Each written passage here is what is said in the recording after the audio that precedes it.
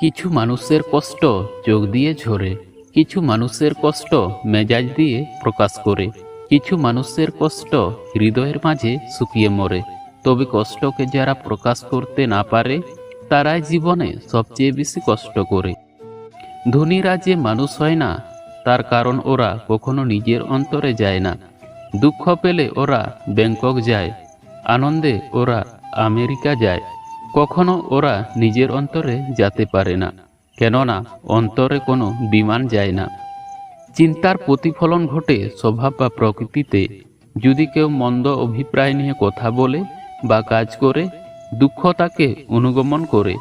আর কেউ যদি সুচিন্তা নিয়ে কথা বলে বা কাজ করে, সুখ তাকে ছায়ার মতো অনুসরণ করে। কাউকে অতি পরিমাণ ভালোবেসো না, আর ভালোবাসলেও সেটার কোনোদিন অভাব হতে দিও না, কারণ এই দুটোই হলো মহান দোষ। সর্বদার মধ্যম স্থিতি বজায় রাখার দিকেই মন দিও। জীবন ও সময় পৃথিবীর শ্রেষ্ঠ শিক্ষক। জীবন শেখায় সময়কে ভালোভাবে ব্যবহার করতে, আর সময় শেখায় জীবনের মূল্য দিতে। মানুষের মুখের ভাষা যখন অসহায় হয়ে যায় তখন চোখের জল কথা বলে।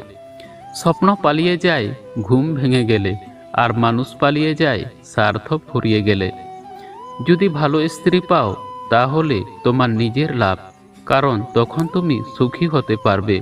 কিন্তু যদি খারাপ স্ত্রী পাও তাহলে দেশের লাভ, কারণ তখন তুমি দার্শনিক হতে পারবে। সাধারণত স্ত্রী জাতি কাঁচা আম, ঝাল লঙ্কা এবং কড়া স্বামীকেই ভালোবাসে।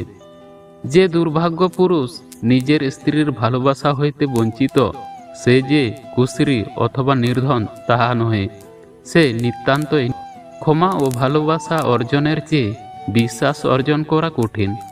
সত্যিকার বিশ্বাস সব সময় ধীরে ধীরে গড়ে ওঠে। এর ফলাফল যদিও জাদুর মতো, কিন্তু একে সময় নিয়ে গড়ে তুলতে হয়।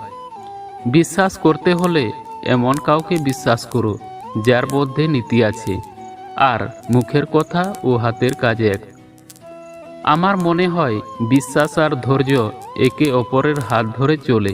তুমি যখন সব কিছুর পরও সৃষ্টিকর্তার উপর বিশ্বাস রাখবে, তখন তোমার জীবনে আনন্দ নেমে আসবে।